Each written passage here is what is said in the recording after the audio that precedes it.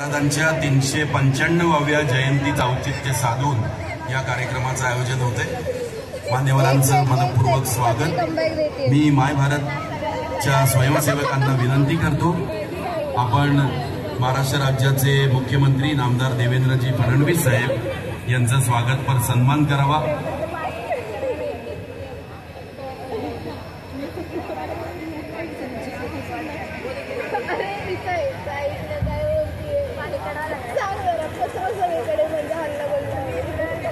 त्याचप्रमाणे या समारंभाला उपस्थित असणारे महाराष्ट्र राज्याचे सांस्कृतिक कार्यमंत्री नामदार आशिषजी शेलार साहेब यांचंही स्वागत माय भारतच्या स्वयंसेवकांनी करावं।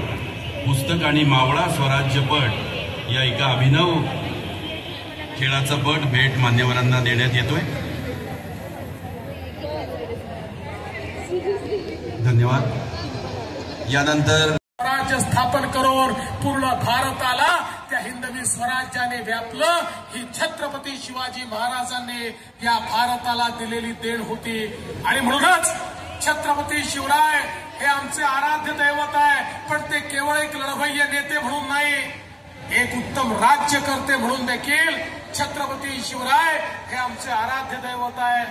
करांची रचना कशी असली पाहिजे, कोणाकडनं कर कसा वसूल केला पाहिजे, शेतकऱ्यांना कशा प्रकारे मागवलं पाहिजे, त्यांच्या हिताचं काम कसं केलं पाहिजे, जलसंवर्धन कसं केलं पाहिजे, जंगलांचं संवर्धन कसं केलं पाहिजे, या ठिकाणी उत्तम स्थापत्य शास्त्राचे नमुने असलेले छत्रपती शिवरायांचे किल्ले पाहिल्यानंतर कशी अभेद्य तटबंदी केली पाहिजे, कशा प्रकारचा आरमार तयार केलं पाहिजे, कशा प्रकारे आपल्या समुद्र किनाऱ्यांचं त्या ठिकाणी व्यवस्थापन केलं पाहिजे आणि त्या माध्यमातून आमच्या आगरी कोळी समाजाला सोबत घेऊन त्यांच्या माध्यमातून समुद्री सुरक्षा कशी तयार केली पाहिजे, ही प्रत्येक गोष्ट या देशामध्ये आम्हाला जर कोणी शिकवली तर ती छत्रपती शिवरायांनी शिकवली।